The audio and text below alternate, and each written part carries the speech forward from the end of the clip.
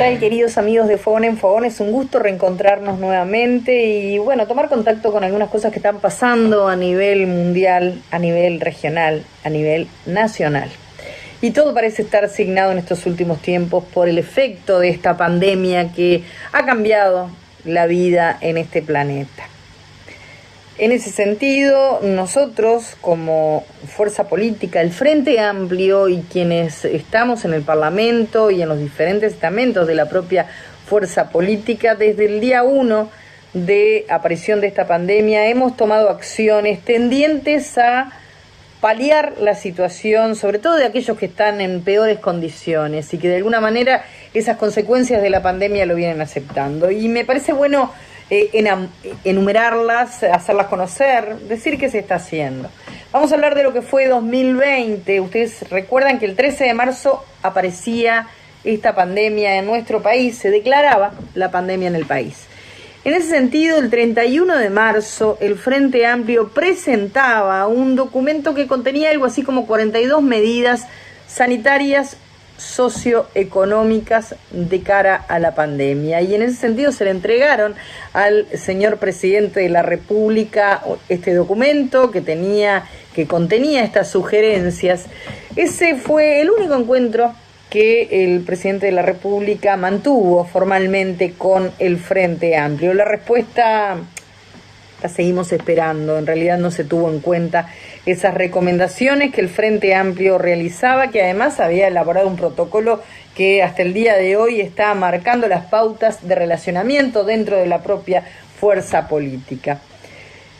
En marzo, el 27 de marzo concretamente, el Frente Amplio presentó este plan sanitario, económico, social, y que tenía como base, si recordamos, un subsidio que equivalía a un salario mínimo nacional y que estaba destinado a aquellas personas que no tienen ningún tipo de cobertura de seguridad social, que son algo así como 300 o 320.000 familias.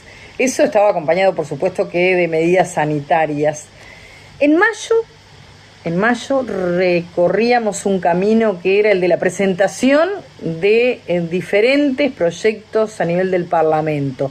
7, si no recuerdo mal, y ninguno de ellos tuvo el apoyo de la bancada oficialista. De hecho, duermen aún en las comisiones, porque no tenemos los votos, no contamos con la mayoría de las voluntades para llevarlos adelante. Pero bueno es que la gente conozca de qué se tratan esos proyectos. Tenían que ver, por ejemplo, en propuestas para limitar los despidos durante la emergencia sanitaria, suspender los cortes en el suministro de servicios básicos, un plan para saldar las deudas de las tarjetas de crédito de aquellas personas que hubieran perdido su trabajo o estuvieran con subsidio de desempleo, el hecho de establecer un periodo de gracia para quienes deben el alquiler con un subsidio que entregara el Ejecutivo a los arrendadores que también iban a sufrir los efectos de esta pandemia, la instalación de expendios de medicamentos, blindar jurídicamente el delito de violación de las disposiciones sanitarias, también algún proyecto que exigía que los lugares de trabajo contaran y brindaran a sus trabajadores con todos los elementos de prevención para el no contagio. Todos estos proyectos de ley continúan durmiendo en las comisiones porque no cuentan con los votos del oficialismo.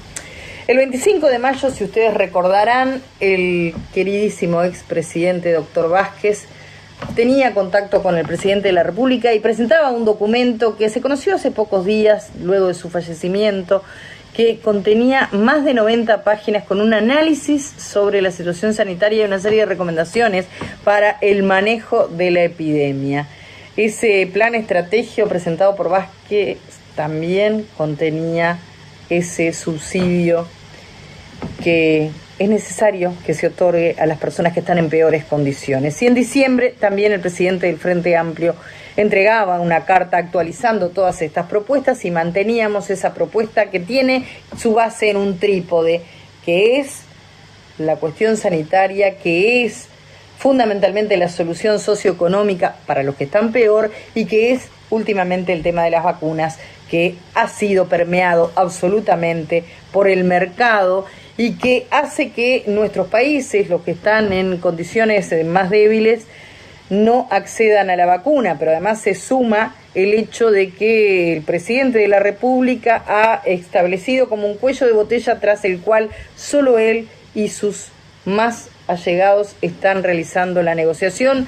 Por lo tanto, nosotros que hemos resuelto solicitar un espacio de información y de seguimiento permanente de la COVID desde el Parlamento, uno de los pilares fundamentales de cualquier democracia, hemos sido ignorados también desde ese espacio. Y eso ha motivado que en los últimos días hayamos citado al ministro de Salud, al presidente de ACE, que es el principal prestador de salud a nivel del territorio nacional, para que nos informen, porque últimamente nos estamos teniendo que informar por la prensa.